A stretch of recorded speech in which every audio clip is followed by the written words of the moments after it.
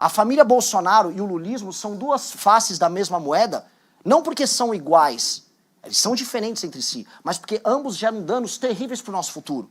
A gente está penhorando o nosso futuro. A discussão política dessas eleições vai ficar centrada no quê? O Lula dá mais um pouco de pé de meia, o Lula dá mais um vale-gás para as pessoas e o Flávio Bolsonaro oferecer celular de graça para mulher, para melhorar a intenção de voto com mulher?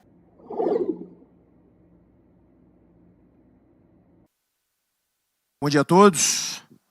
Candidato Renan, assim como falamos com todos os candidatos aqui, essa é uma entrevista de emprego para o próximo CEO do Brasil. Logo, a gente reuniu aqui empresários, membros do ecossistema do G4. Então, aqui estão representados 100 mil empresários online conosco e sentados aqui nessa sala, que são 100 mil empresas que o G4 tem em seu ecossistema, que emprega 16 milhões de pessoas. Então, uma parcela importante da massa salarial brasileira está aqui para sabatiná-lo e, obviamente, exige uma pergunta tão dura quanto o cargo que o senhor pretende ocupar. Renan, o senhor passou 10 anos derrubando e criticando quem governa, mas nunca assinou uma folha de pagamento relevante, nunca respondeu por um orçamento, nunca demitiu ninguém olhando no olho. Nenhum empresário nessa sala contrataria um CEO com esse currículo para tocar uma padaria. E o senhor está pedindo a maior operação do país. E o problema não para na execução. Alcança também as suas convicções. O senhor diz que bolsonarismo e petismo são duas faces da mesma decadência.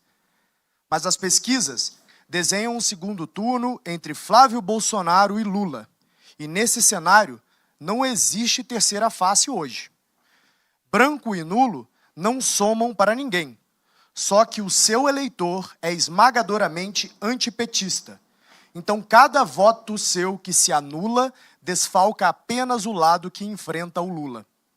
A neutralidade que o senhor vende como pureza é, na prática, um empurrão para o Planalto de quem o senhor diz combater, o Lula. Então, responda a essas coisas que essa plateia precisa ouvir. Qual foi a entrega mais difícil que o senhor já geriu na vida, com números, prazo e resultado auditável, e, estando fora do segundo turno, entre Flávio e Lula, em quem o senhor vota? E avisamos desde já, não estaremos no segundo turno não é resposta, porque estadista de verdade responde, inclusive, aos cenários em que perde. Boa tarde a todos. Muito obrigado aí pela oportunidade. Bom, a pergunta já começa com uma imprecisão um tanto quanto bizarra, porque minha vida pregressa toda passou por administrar empresas. Eu sei o que é fazer uma folha de pagamento, e o pior, eu sei o que é pegar uma empresa fechada, quebrada, com os funcionários devendo 5 meses sem receber, botar para andar baseado no crédito pessoal que eu construí recuperando empresas. Trabalhei isso não com uma nem com duas, mas com quase uma dezena de empresas ao longo da minha vida. Sei o que é estar no banco dos réus da justiça trabalhista, ouvindo a injustiça de um sindicato safado que tentou te extorquir no momento da negociação anterior. Sei exatamente o que é ter um agiota ligado a uma factoring, indo querer te empurrar as dívidas da gestão anterior com juros que não deve ser aceitado. Sei justamente fazer isso. E essa é a postura que o próximo presidente da República tem que ter, porque a gente vai pegar um cenário muito similar a esse. Só que essas são as minhas realizações antes de me tornar um líder político. E um líder político é um líder que necessita tomar esse tipo de decisão num contexto novo, em que não se conta apenas a ética da convicção, que é a ética da convicção que eu contei todos os anos em que eu fui militante político, algo que eu tenho orgulho, faço desde 2014, mas também como liderança que precisa da ética da responsabilidade, que é quem vai assumir um país e vai ter que tomar decisões muito, mas muito difíceis. Pois bem, como líder político, no movimento, eu criei o maior movimento político do Brasil, isso é oferível, nós fizemos a maior ação política com as maiores manifestações da história do Brasil ao longo dos últimos anos, que foi o impeachment da Dilma Rousseff. Organizei essas manifestações, ajudei a criar a linguagem política daquilo que chama de direita no Brasil, algo que foi surfado por muito vagabundo por aí. Depois disso, consegui criar um partido político, algo que o ex-presidente Bolsonaro tentou e falhou miseravelmente, estando no poder, botando seus filhos para tentar tocar isso, algo que naturalmente eles não conseguiriam com a baixa inteligência que eles têm à disposição. Fiz isso no menor período de tempo. Vamos comparar com o Partido Novo, que é um partido montado por executivos da iniciativa privada. Eles gastaram milhões e demoraram 5 anos. Eu consegui coletar as assinaturas em menos de 2 anos, com muito menos dinheiro, sendo um líder, acima de tudo, político, não um líder empresarial. Porque existe uma diferença muito grande entre ser um líder empresarial e político. E você, como uma pessoa que conhece Aristóteles, sabe muito bem disso. Não existe nada mais nobre do que a boa atividade política e a busca do bem comum. Nesse sentido, eu até não concordo, me permita discordar, Thales, da ideia de que eu estou fazendo uma entrevista de emprego. Porque liderar um país não é uma entrevista de emprego. Liderar um país é apontar o caminho de um povo como um todo. Meu objetivo não é obter um lucro, meu objetivo é obter um horizonte. São coisas diferentes, ambas muito nobres, mas elas têm naturezas diferentes. E a gente tem que entender essa natureza. E o que me qualifica nesse sentido para estar aqui, além dessa experiência pretérita e dessas realizações que são metrificáveis, no partido político que eu montei, eu tinha uma folha de pagamento que envolvia milhares de jovens espalhados pelo Brasil. Milhares, que ficavam debaixo de chuva, debaixo de sol, tomando não na cara de um monte de gente, falavam, eu não vou acreditar em montagem de partido, o Brasil não precisa de um partido. E eu tinha que toda quinta-feira, toda sexta-feira, pagar o valor deles, obtendo doação, vendendo produtos, e montei um partido vendendo livro. Num país de pessoas iletradas que não dão valor à leitura, eu vendi livro e a venda de livro foi responsável pelos 50% do faturamento que montou esse partido. Então o que eu sou é um líder gestor qualificado no setor privado, porque a política, a atividade política que eu toco, inclusive o partido político, é um ente privado. E é um ente privado em que nós fazemos muito mais com muito menos. Criei a revista Valete, que é a segunda maior revista de política e cultura do Brasil, impressa, depois da revista Piauí, não estou falando em digital, porque ela nossa é só impressa. Criei um ecossistema do Valete Plus com 50 mil usuários para produção de conteúdo independente, uma rede social própria. Isso nos qualifica usando, volto a colocar, o que há de melhor em termos de gestão para ser um grupo político inovador. E aí o que as eleições nos mostram é fazer mais com menos. Sobre a política de segundo turno, eu volto a repetir, eu vou lutar e um líder não vai ficar aqui falando, eu não vou para o segundo turno, e qual é esse cenário? Não posso fazer isso. Imagina o Alexandre em Galgamela. Você ama o Alexandre assim como eu. Imagine o Alexandre em Galgamela. Não sei, acho que vou negociar com o Dario. Não, ele foi até o fim. E eu tenho que ser assim. Porque o mesmo time, o mesmo exército de militantes que eu motivei a montar o partido político, eu tenho que motivar agora. E eu não posso ter compromisso com o erro. A família Bolsonaro e o lulismo são duas faces da mesma moeda, não porque são iguais, eles são diferentes entre si, mas porque ambos geram danos terríveis para o nosso futuro. A gente está penhorando o nosso futuro. A discussão política dessas eleições vai ficar centrada o quê? O Lula dá mais um pouco de pé de meia, o Lula dá mais um vale-gás para as pessoas e o Flávio Bolsonaro oferecer celular de graça para mulher, para melhorar a intenção de voto com mulher? Essa que se tornou a discussão política no Brasil, tinha que estar falando de desindexação, desvinculação, reforma de competitividade. Eu não aceito trabalhar com essas categorias. E isso não é ficar neutro, isso não é fugir. Até porque quando você adota esse caminho, o que acontece é que você apanha dos dois lados, que foi o que aconteceu comigo. Mas sabe o que acontece também? Você se torna um líder melhor. E esse é o ponto. Eu só estou aqui sentado, tendo a honra de estar sentado com vocês conversando, porque eu adotei um caminho, não da neutralidade, mas de enfrentar ambos, de não aceitar o erro de ambos. Isso me tornou um líder qualificado, que de acordo com algumas pesquisas, como é o caso da Atlas, já me coloca em primeiro lugar no público de 16 a 24 anos, ou seja, construindo um horizonte novo. E citando aqui um líder empresarial que deve ser referência para todos vocês, que é o Peter Thiel, ele já dizia bastante, crie seu próprio monopólio. Crie, antes de tudo, seu próprio monopólio. Seja líder de uma tecnologia que ninguém pode imitar. Foi isso que eu fiz para as novas gerações. Eu criei um pensamento político próprio, para um grupo político próprio, uma estética própria, uma liderança própria. E com base nisso nós criamos um nicho eleitoral próprio, com um sonho, um horizonte próprio, que nos deixam aptos a participar do grande debate. E é por isso que eu tenho a honra, Thales, de estar aqui com você, de poder discutir isso com você, de poder discutir com o Duda. E estar aqui. É uma visão que pode ser encaixada também como empresarial, no sentido de gestão, mas uma visão muito poderosa em termos de coração. Eu estou aqui por causa desse coração e é isso que vai fazer a gente mudar o Brasil. Obrigado. Mas, candidato, a resposta, vota Lula ou Flávio, sendo que Lula elege Lula? Eu voto Renan Santos. Eu não vou para a batalha pensando em perder. Eu voto Renan Santos. Candidato, deixa eu aproveitar e exibir rapidamente uma pesquisa da Real Time Big Data sobre o candidato Renan Santos. Fizemos uma sondagem com eleitores e aí fizemos a seguinte pergunta: qual é o maior feito de Renan Santos? 64% acredito que nenhum, 7% falam que é a criação do MBL, 8% falam que é a fundação do partido Missão, 20% falam da derrubada da Dilma Rousseff, ex-presidente da República. Temos outros slides também. E qual a promessa de Renan Santos soa melhor? Nenhuma, para 35%. Mutirão anti-Bolsa Família, 17%. Mudanças na educação, 13%. E guerra ao crime organizado, modelo penal diferenciado. Candidato, a partir dessa pesquisa eu quero fazer a seguinte provocação ao senhor. O que faria a pessoa física, Renan Santos, votar no candidato Renan Santos? Infelizmente tem que recorrer à resposta anterior. Ser um bom líder. Ser um bom líder. E algo que não está presente aqui, que é ter tomado as decisões duras que machucaram o meu grupo político, mesmo quando o caminho oposto soava mais fácil. Quando a gente enfrentou a Dilma Rousseff, e a gente começou a congregar toda aquela energia do antipetismo num caminho só, era um caminho relativamente fácil. Nós, os bolsonaristas, andávamos juntos, a turma do Partido Novo, todos andávamos juntos. Quando veio o governo de direita, em que nós precisávamos cobrar e discordar, e aqui eu vou fazer um elogio ao antagonista, que o antagonista adotou um caminho difícil à época também. Nós cobramos. Imagino que o antagonista deve ter perdido assinantes e clientes. Muitas pessoas perderam. Nós perdemos toda a nossa base política. Só que o papel de um líder é sofrer com as suas teses. O líder político que ganha dinheiro, ou fica famoso, ou ganha votos defendendo algo que não acredita, não é um bom líder. Na verdade, ele é um seguidor. Ele segue o que a manada puxa. E o líder, ele lidera, ele aponta o caminho. Então, a minha maior qualidade que está ali, ela se expressa não exatamente proposta a proposta, mas no que está por trás das propostas, a substância por trás, que é ser um bom líder. E fui um bom líder de um grupo que hoje está no jogo político, disputando um jogo de gente grande, simplesmente por causa dessas qualidades, as qualidades de uma boa liderança. E eu acho que o Brasil passa por uma crise de liderança. O grande problema nosso é uma falta de liderança, de gente que tem a visão de um Brasil e que tente implementar ela de maneira ferrenha. Nem que você, sua reputação e sua vida seja destruída no processo.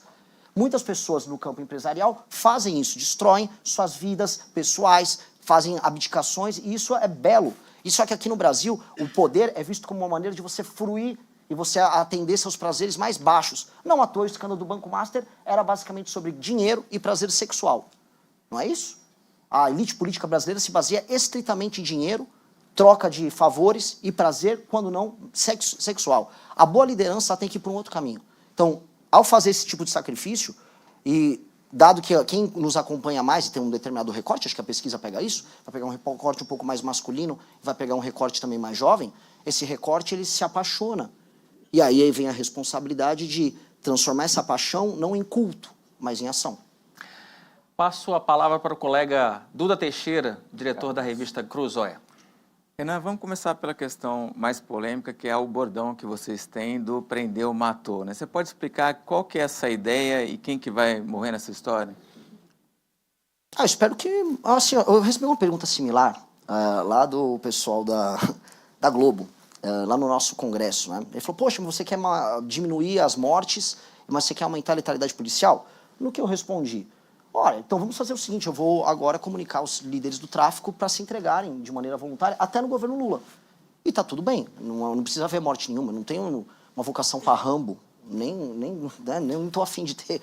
Mas a gente sabe muito bem que o Brasil vai precisar combater essas organizações e essas instituições. O bordão não fui eu que criei como se fosse uma agência de marketing. Ele surge da própria militância. Ele surge de um processo natural. Eu faço lives diárias em que eu comento problemas e esse bordão surgiu quando da morte de um empresário que estava andando de bicicleta na frente do Parque do Povo. Alguns aqui conhecem o caso. E diante do assassinato dele veio uma revolta, porque ele entrega seu celular e o bandido de maneira voluntária opta por atirar nele. E assim, é uma banalização da vida ou uma banalização da atividade do assassinato bizarra. E aí você vem a resposta, o que você vai fazer com ele? Só tem duas circunstâncias que você pode entregar para um cara desse. Ou você prende, ou você mata. Se entregou, prendeu. Combateu o policial, reagiu, morreu. Não deve haver uma terceira alternativa. O problema é que, e essa é uma pequena reflexão, não sei se eu tenho tempo para isso, mas... O senhor tem 32 minutos e 40 segundos, se for 40 suficiente. segundos, puxa. Tá, então ótimo. Gostei da precisão. O que acontece é que o sentimento de culpa que veio do regime militar, da ideia de violações de direitos humanos, contaminou a cabeça do legislador, dos juristas, na redemocratização, de modo a você ficar impondo garantias muitas a quem comete um determinado crime violento, e você tornou, no final, a sociedade refém deles. E aí a ideia da prisão, a ideia da pena, ficou vinculada, por exemplo, à ressocialização, quando não tem que ser o caso. Eu acho que tem uma das perspectivas de direito penal que a gente tem que trazer, é o direito penal voltado para a vítima. A vítima só vai entender que o pacto social é válido se ela se sentir contemplada, através do senso de justiça, por uma pena que venha a atingir o seu ofensor. Essa é uma ideia de justiça mais ampla do que vou pensar permanentemente em ressocializar. Então, o prendeu matou é uma resposta sobre isso. É uma resposta sobre um pensamento, e eu fui estudante de direito, é um pensamento errado que tomou as discussões sobre matéria penal nos últimos 30 anos e que agora está se alterando. Candidato, o senhor falou em impacto social e algo que eu, inclusive, falei no início das sabatinas, é que um desafio do próximo presidente da República vai ser refazer um impacto social em nome da governabilidade, principalmente tentando restabelecer o sistema de freios e contrapesos. aquele que todos nós conhecemos por Montesquieu, etc, etc, Checks and etc. balances. Exatamente. Porque hoje vivemos uma balbúrdia, né? O judiciário legisla, enfim, o Congresso executa e o Poder Executivo fica dependendo desse tipo do próprio Supremo para poder fazer alguma coisa. Como que o senhor vai conseguir restabelecer essa relação? Tentar fazer com que o Executivo volte a executar, que o Judiciário volte a julgar e que o Legislativo tenha a sua função de fiscalizar. Essa é uma pergunta de R$1 trilhão, vamos colocar assim. Todas as democracias no dito Ocidente passam por um problema em que o Executivo não executa. Isso não é, vamos dizer, um privilégio do Brasil. Isso vem acontecendo em todos os lugares. E recuperar a capacidade de ação do Executivo, especialmente no mundo em que grandes potências como a China executam em muito, ou vamos falar de outras nações, a Arábia Saudita executam em muito, se tornou um desafio para o Ocidente, que se tornou uma espécie de um regime travado, altamente burocratizado. Isso no Brasil se agrava porque nós temos um regime que é oligárquico. E as oligarquias, elas estão no judiciário, no executivo e no legislativo. E elas fazem trocas de favores mútuas, de modo a você permanecer com essa estrutura oligárquica no poder, a custo da nossa competitividade, a custo, por exemplo, de uma dívida galopante, do aumento dos juros, do aumento de impostos, que redunda nisso. Como enfrentar isso? Você vai ter que enfrentar a estrutura própria do jogo. Se, por um lado, eu vou ter que fazer concessões e coalizões tão logo eu entro no poder, porque existe até um conceito errado que é tipo, o Renan é um cara antissistema, então como se eu vou chegar lá em Brasília xingando os outros? E não é isso. Eu vou ter que chegar em Brasília e montar uma coalizão, não só com o Congresso, mas com a sociedade civil. E uma coalizão vai passar a convencer da Rede Globo, ao empresariado, à agricultura, a formadores de opinião, a ter certos consensos junto com líderes partidários para que eu possa ter governabilidade. Essa governabilidade vai se dar em pautas que tem que estar muito clara para todo mundo. Não é assim, eu vou ter 4 anos de aliança com uma maioria no Congresso. Como foi o governo Lula II, por exemplo, que com o Petrolão ele estabeleceu uma maioria para PEC e não passava PEC nenhuma que importava. Sim. Nenhuma reforma foi feita naquela época. Nós temos que saber quais são os temas centrais. Desindexação, desvinculação, reforma da Previdência, uma agenda de competitividade muito poderosa, reformas em termos de matéria penal. Então, ok, eu vou precisar de maioria para PL, para algumas, e maioria para PEC. E vamos trabalhar caso a caso, gerando essas maiorias na sociedade civil. Ao fazer isso, eu começo a entregar coisas. Eu recupero a capacidade do governo federal de executar e ter a sua, vamos colocar assim, sua credibilidade de que as coisas voltaram a acontecer. E aí eu tenho que retomar determinados instrumentos que hoje estão na mão do parlamento para servirem ao executivo. Vou colocar uma coisa em primeira mão que nós precisamos fazer e que não é exatamente a coisa mais antissistema do mundo em falar. Nós vamos ter que usar as emendas parlamentares a nosso favor. Para obter governabilidade e para obter espaço fiscal, que é uma coisa que interessa para vocês bastante, espaço fiscal representa investimento, representa também queda nos juros. O nosso ajuste fiscal vai passar também por estabelecer um determinado gatilho. Todo valor, em toda votação orçamentária, que você reduz de despesa obrigatória, abre espaço para investimento. Sim. Abrirá também espaço para aumento das emendas. Elas não serão mais condicionadas à receita, elas serão condicionadas ao aumento do espaço de investimento. Porque o Congresso Nacional tem que ficar vinculado a cortar gastos obrigatórios para aumentar o espaço de investimento. E aí a gente disciplina o funcionamento das emendas. Outro dia estavam me xingando, o Renan falou bem do Flávio Dino porque ele está falando das emendas. Veja só, pode ser o capeta. Se o capeta ajudar a disciplinar as emendas, a gente vai ter que dar uma conversada com o capeta para fazer tocar. Porque hoje o Congresso Nacional se tornou esse instrumento próprio de gestão, porque ele tem o controle das emendas. E aí entra a questão STF, que é outra questão extremamente complexa. Porque o STF, ao mesmo tempo que ele chegou num pico de poder, ele também está no seu vale de credibilidade, com seus ministros envolvidos em escândalo de corrupção. O Congresso Nacional vai ter autonomia para tocar isso? Deve ter autonomia. Só que o próximo presidente da República, que vai ter condição de nomear ou 3 ou 4 ministros do Supremo, terá a condição de estabelecer a maioria. Vamos ser bem claro, as nomeações vão ter um critério que será técnico para o STF, mas que envolve uma posição política sobre uma mudança no funcionamento do STF. Então, os que eu nomearei terão que ser não apenas escrutinados, mas terão um compromisso público em acabar com essa farra dos escritórios ligados a ministros do STF, a serem favoráveis e não tentarem judicializar, por exemplo, o licenciamento ambiental, como tem gente querendo fazer. Licenciamento ambiental e queda de juros vai transformar o Brasil num canteiro de obras. E eles terão que ser favoráveis à segurança jurídica.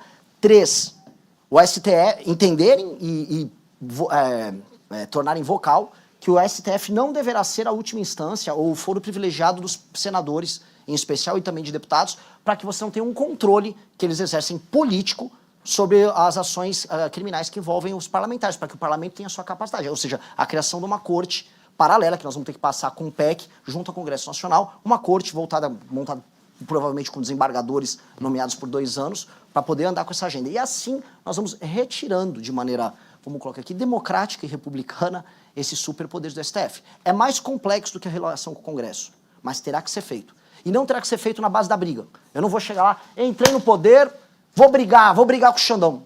Não dá pra fazer isso. Eu tenho no poder, eu vou brigar com o PCC e com os problemas fiscais. E aí, pode virar uma briga com o STF se eles resolverem se opor a essa agenda.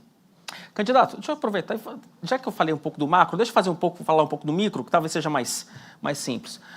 O senhor assumiu a cadeira de presidente da República. Né? A gente está com a chave do Palácio do Planalto, Palácio da Alvorada, melhor dizendo. Quais são as 3 primeiras medidas iniciais de um primeiro dia de governo que podem ser, que serão utilizadas para melhorar o ambiente de negócios? Eu vou falar anterior a isso, porque o governo vai começar a transição. E a primeira coisa que o presidente da República tem que fazer é na transição. São as reformas fiscais altamente impopulares que vão mudar a trajetória da dívida e assim mudar a trajetória dos juros futuros no Brasil. Eu preciso passar a desindexação dos valores previdenciários do BPC, que hoje estão vinculados ao aumento do salário mínimo, e eu preciso passar a desvinculação dos gastos de saúde e educação, que são vinculados à receita.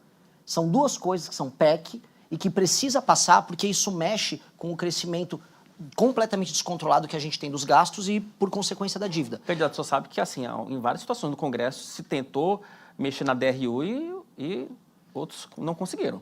Pois é, outros governos também tentaram mexer em muitas agendas e passaram, em outros não. Um governo como o Fernando Henrique passou muitas agendas, tendo de 98 a 2002 um governo impopular. O Michel Temer tinha 3% de popularidade e conseguia passar reformas. Aí vai dar habilidade em construir, em negociar, em usar os instrumentos todos que você tem à disposição.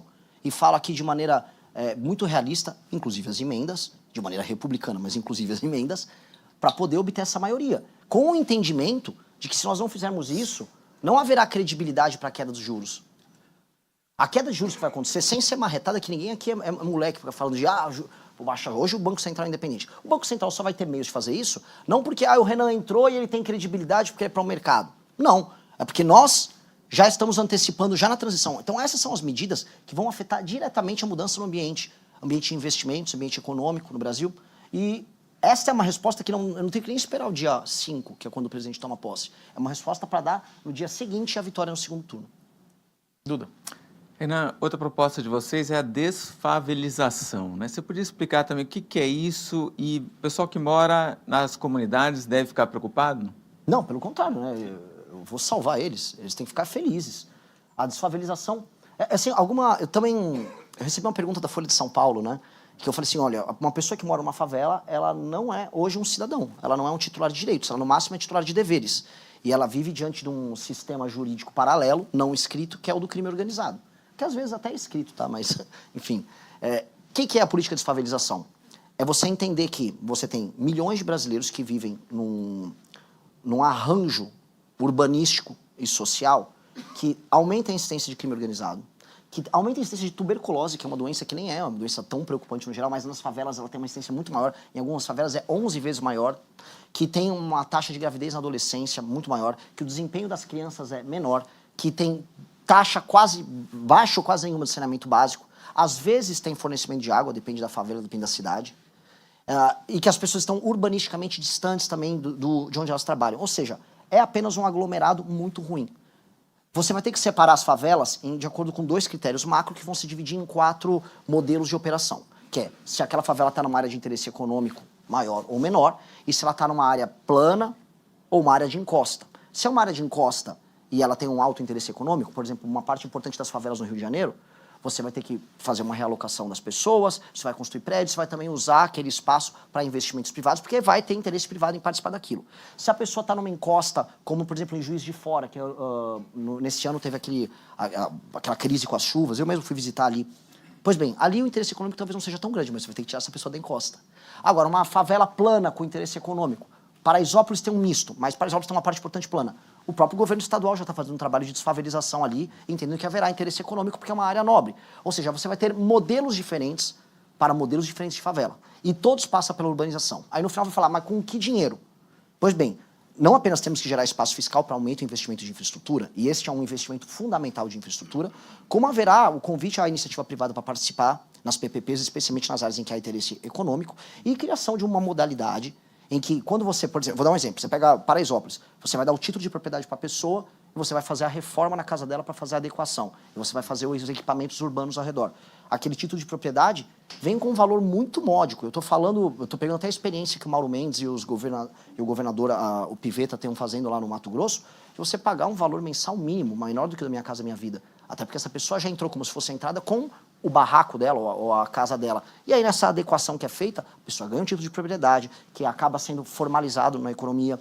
Aquilo vai acabar se pagando também, porque aquela pessoa é formalizada na conta de luz que ela paga, no próprio IPTU que ela paga, com um regime de transição, que ela está saindo hoje de um processo completo de informalidade para um processo de formalidade, e esse recurso que retorna à economia acaba financiando ao longo do processo. A gente apresentou no Livro Amarelo um estudo interessante sobre como transformar isso em algo economicamente viável, porque o custo, se eu for fazer do zero, seria de mais de R$1 trilhão. Então a gente está falando de um projeto de 15 anos que tem que ser uma política de Estado, e que tem que ser acompanhado de mais uma coisa, um estatuto da desfavelização, que passa por impedir, utilizando os satélites, toda nova invasão de território urbano, rural, claro, mas tem um problema de favelização do campo com o MST, mas todo o processo de favelização, inclusive um acompanhamento muito sério sobre os tais movimentos de moradia, que trabalham basicamente com especulação imobiliária, com invasão de terrenos e com o uso dessas pessoas como bucha de canhão. Então, invadir terreno público ou privado tem que ser muito combatido. Tem que passar a régua nisso. Passar a régua, e quem hoje mora numa favela tem que entender que ele vai ser alvo de um plano, e um plano que vai entregar dignidade e cidadania para ele.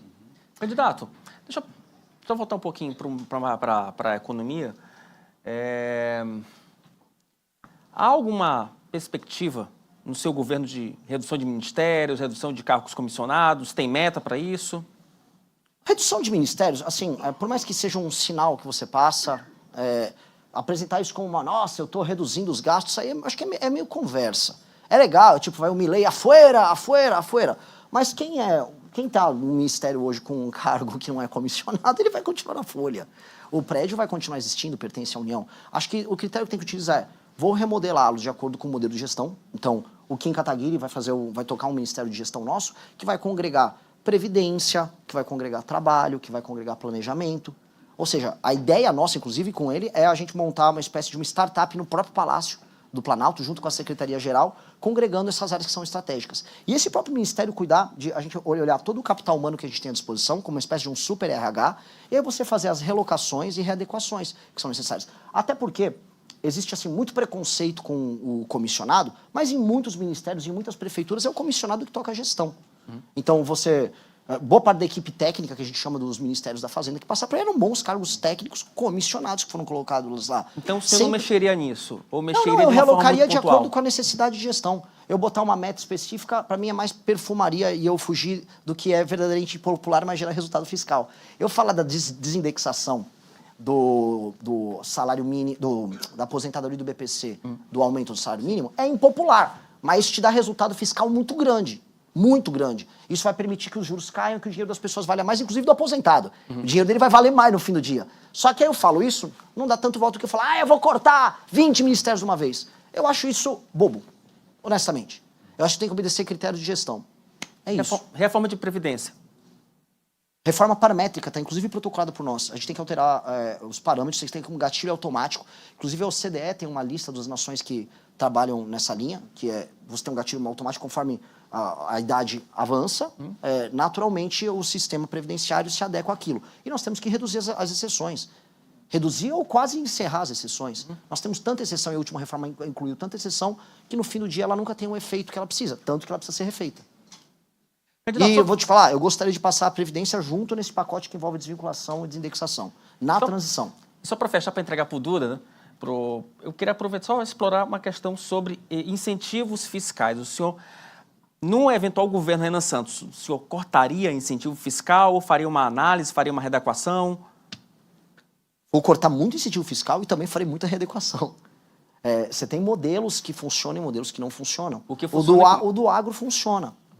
O do agro funciona. E quando comparado aos nossos concorrentes no mundo, o subsídio é muito menor do que os nossos concorrentes globais.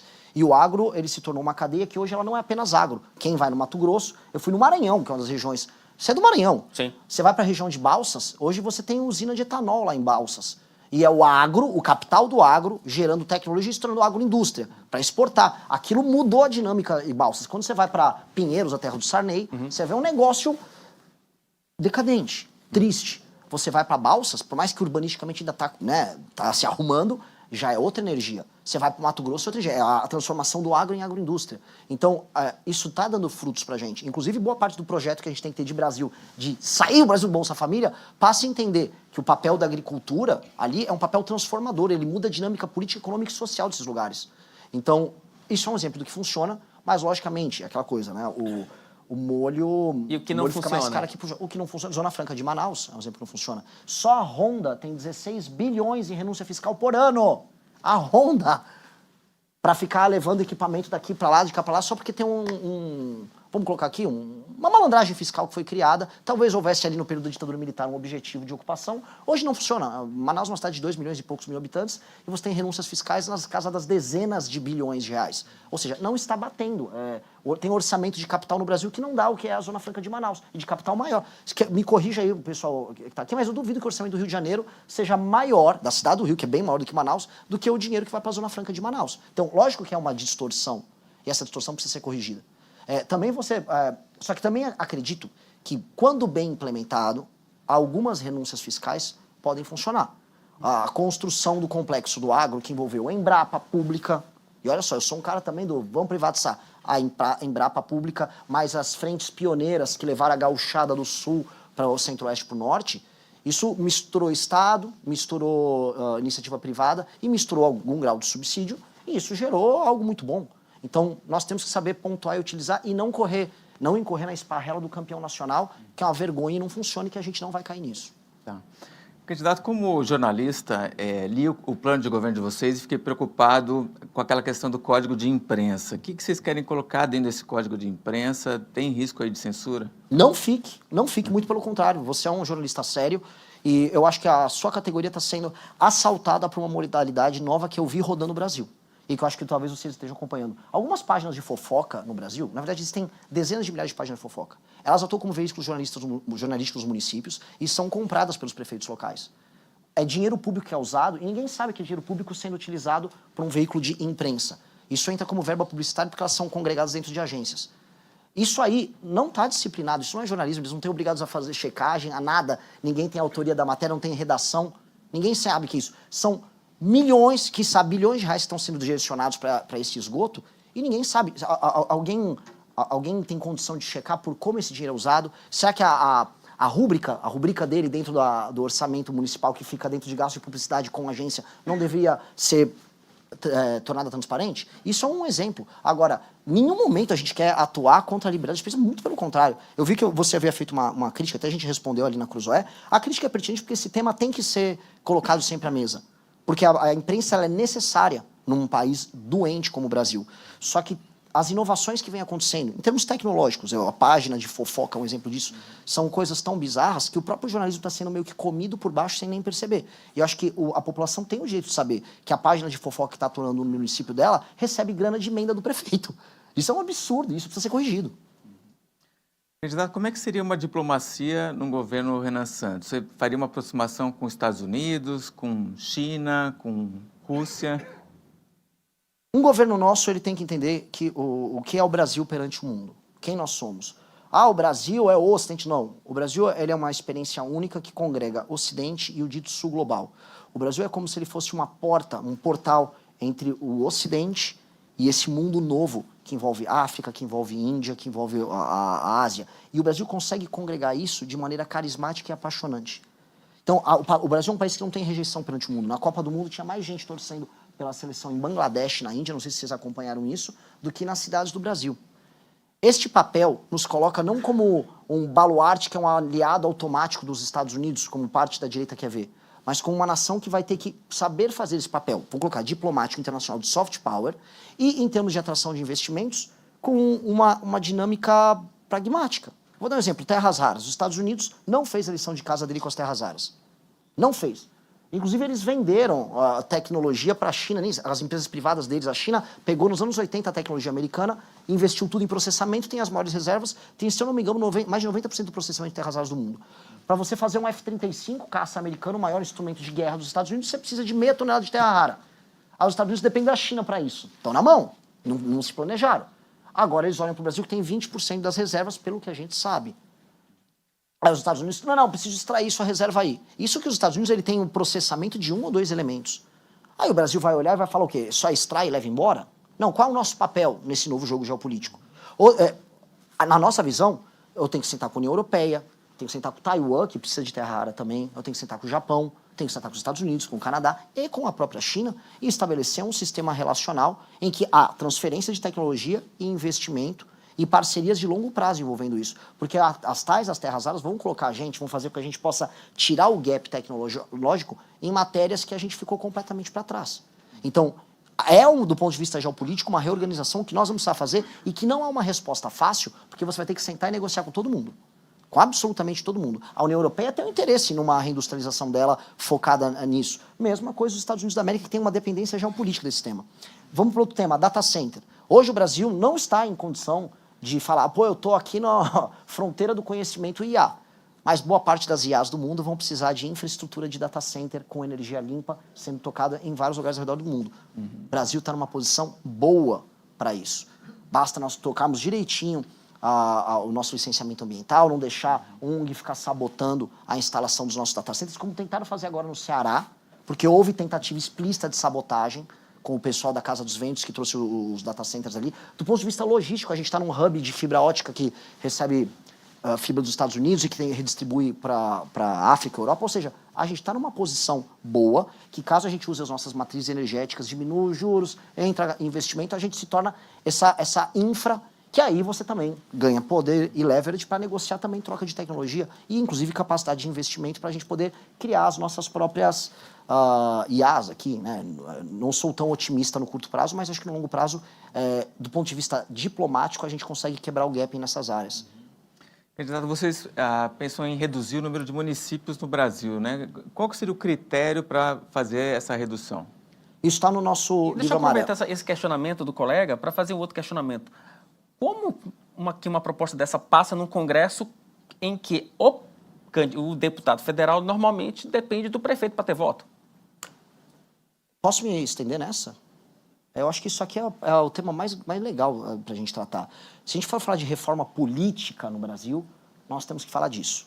Porque muita gente fala em reforma política, vamos mudar o modelo para distrital misto. Isso pouco importa no regime atual. Vocês que fazem cobertura política têm que entender que, e vocês entendem, claro, que o município se tornou, especialmente o município com baixa atividade econômica, um executor de recursos que vem do governo federal e executor de emendas do padrinho político do prefeito, que é o deputado que recebe a emenda. Hoje, o que é um deputado federal? Ele é um gestor de uma série de, vamos colocar, filiais que ele tem, que são municípios, e eles executam as emendas dele, fazem um show do Wesley Safadão para se reeleger, não tem nenhuma obrigação ou compromisso com indicadores de desempenho, os famosos KPIs que vocês têm que colocar nas empresas de você, para vocês poderem validar se a empresa está funcionando ou não. E aí, eles giram esse dinheiro, não há aumento da atividade econômica nesses municípios, até porque aumentar a atividade econômica significa diminuir o ciclo de dependência do cidadão para com o prefeito, com o deputado. E aí o deputado, quanto mais cidades ele tem para ele controlar, que é esse o jogo político de um deputado federal, mais poder ele tem em Brasília, por isso mais demanda emenda, e as emendas são utilizadas, especialmente do orçamento secreto, para alimentar esse jogo. É isso que a gente chama de pacto federativo no Brasil, e é isso que faz com que o Centrão, ano após ano, mande cada vez mais. É por isso que a política brasileira não é feita baseada em, vamos dizer, nem critérios objetivos, nem em programa, nem em ideologia. A gente fica discutindo ideologia, vocês discutem no Antagonista, eu discuto na minha live, mas no fundo isso é uma perfumaria diante de um sistema, de uma máquina muito dura, cujo funcionamento é um funcionamento que é danoso para o Brasil. Como resolver isso? Esse é o ponto que eu vou chegar, que vai envolver a fusão de municípios. Houve no governo do Fernando Henrique a lei de responsabilidade fiscal, que disciplinava, no fundo, a utilização do orçamento por parte de entes federativos. Aquilo foi uma revolução à época, porque a coisa mais comum era um prefeito terminar o mandato dele, ou terminar um ano mesmo, sem pagar folha, dar um calote e jogo que segue. Pois bem, a lei de responsabilidade gerencial, que é um dos projetos que está no nosso programa, prevê que um prefeito, e vamos começar com os prefeitos, tenha indicadores de desempenho objetivos KPIs. O principal deles, aumenta a atividade econômica no município. Lembrando que quanto você aumenta a atividade econômica, menos gente vai ficar no Bolsa Família, menos gente vai ficar dependendo dos favores do prefeito. Índices de educação que já são públicos e existem, e o Brasil, inclusive, é um país bom dessa parte de transparência e avaliação, em muitas áreas melhor do que os Estados Unidos. Cobertura de água, cobertura de esgoto, fila nas UBSs, ou seja, critérios objetivos que vão entregando uma pontuação do prefeito. Prefeito não entrega a pontuação mínima ao longo do seu mandato, fica inelegível por 8 anos. Prefeito bate as suas metas, ele se qualifica para receber mais emenda. Então, o prefeito pode receber mais emenda desde que entregue bons indicadores de desempenho, facilmente metrificáveis e auditáveis. O maior deles, aumento da atividade econômica percebida com aumento de emprego e redução de pessoas vivendo do assistencialismo. Com isso, eu já disciplinei o uso da emenda, e com isso eu permiti que os municípios que hoje têm baixa atividade econômica, que são aqueles que deveriam ser alvo de uma fusão, passem a se tornar, ter sua porta de saída. Caso eles não tenham isso, o governo federal terá 2 caminhos, que é, você, por decreto, ou via um projeto, quando eu falo decreto, via um projeto, você fazer os critérios para uma fusão, município com menos de 10 mil habitantes, que não apresenta atividade econômica, vai se juntar com o município mais próximo, obedecendo algumas vicissitudes. Por exemplo, se o município está no interior lá do Amazonas e você tem 100 quilômetros de distância, como acontece de município para outro, não vai dar para fazer isso, claro, mas onde dá, você vai fazer. E, inclusive, incentivos financeiros para que haja fusão, porque os ganhos no longo prazo são assim. Então, ou nós fazemos pelo amor, ou nós fazemos pela dor. Espero fazer pelo amor. E o amor é bom para os prefeitos, porque um dos elementos que tem que estar, né, vocês conhecem, tipo privado, sistema de incentivos. De um lado, o prefeito tem que ter essas metas, indicadores e a punição, caso não cumpra a meta, mas do outro, caso ele cumpra a meta, o tão famigerado fundo partidário, que nós não vamos conseguir cortar nesses 4 anos de mandato, porque os partidos são tão hiperempoderados, passam a ser determinados pelo número de indicadores, os pontos que eles obtêm por município, ponderado pelo tamanho do município, multiplicado pelo número de municípios que um partido tem. Ou seja, o que um Kassab, um Valdemar, ou um Renan Santos, que agora sou presidente de partido, vão ter como meta? Corpo técnico, boas prefeituras com boa gestão, atingindo bons indicadores, meu partido vai ser recompensado por isso. Você altera a dinâmica. Essa alteração dinâmica impacta a questão da fusão dos municípios e impacta o que seria, na minha visão, a grande reforma política do Brasil. Ou seja, a gente realinha esses interesses. Para mim, isso é a coisa mais importante que o meu mandato teria que fazer. Ela é menos popular para eu falar, mas ela é mais importante. E essa é a reforma que a gente atinge diretamente o coração do Centrão. Porque eu não vou conseguir, não sei se eu não quero... É que sim, eu não vou conseguir destruir o Centrão no meu governo. Eu acho o Centrão um problema tão... Não, e aí eu entrego também para o senhor para suas considerações finais. Tem que responder rápido, né? Não, é sim ou não? É sim ou não. Bate-bola, jogo rápido. É difícil, sim ou não? Redução da maioridade penal. A favor ou contra? Sim. Impeachment de ministro do Supremo. Sim. Flexibilização do aborto. Não. Cancelamento de Bolsa Família. Não tá precisa, né? Porque uma Bolsa Família, para quem, vamos colocar aqui, num município que não há atividade econômica, é crueldade pura e simples. Para uma pessoa que está usando isso como um instrumento para ficar na informalidade e pegar um bico, como o agro reclama, eu vou acabar. Tá. Pena de morte. Não dá para mexer, sou favorável, mas não vai dar para mexer no meu governo. Autonomia financeira da PF. Gosto. Gostar é... Político, sim. Eu gosto, é tanto sim que eu gosto. Gosto e quero. Vou fazer igual o Eduardo Jorge naquele debate de 14. Quero. Fundão eleitoral. Não gosto, mas redisciplinado é melhor do que tá. Como eu expliquei agora na pergunta anterior. Eu tinha colocado aqui piso para saúde e educação. Como eu disse, você pode estabelecer algum tipo de piso. Agora, o reajuste como tá, não dá. Indulto ao ex-presidente Jair Bolsonaro. Dosimetria para ele e para todo mundo dia 8. Quem cometeu o crime, simplesmente porque é de direita, não pode não ser punido pelo crime. Mesma coisa, tem um cara de esquerda, se o Lula perdeu a eleição, o pessoal do MST invade tudo, vamos anistiar eles. Não. Cometeu o crime, vai ser punido, mas com um julgamento justo. Porque por isso que a dosimetria é uma solução política boa. As forças políticas vêm diante de um caso bizarro, em que o STF sai da linha, e em que a população e lideranças políticas saem da linha, e fazem um pacto para pacificar o Brasil. Dosimetria. Tá certo. Candidato, 2 minutos para suas considerações finais. Já te agradeço de antemão pela participação aqui no evento. Eu queria primeiro agradecer assim, a honra incrível de estar aqui presente. Eu queria primeiro agradecer também todos os jovens que coletaram assinaturas que me permitiram estar aqui. Eu só estou aqui porque gente se sacrificou, teve gente que tomou ameaça de morte, gente que foi esfaqueado na rua coletando assinatura para o nosso partido. Eu estou aqui pelas pessoas que foram corajosas em falar não diante do like fácil, do view fácil em redes sociais. de todo mundo que resiste à tentação e de todo mundo que está aqui não porque, eu não sou o Lula, é porque eu não sou o Bolsonaro, mas sim porque a gente tem a chance de tornar esse país uma das 5 maiores potências do mundo nos próximos 30 anos. Se você é ambicioso, se você tem essa energia, se você quer construir isso e não quer ficar de conversa mole, prazer, nós somos a tua casa e a tua casa está te aguardando. Obrigado.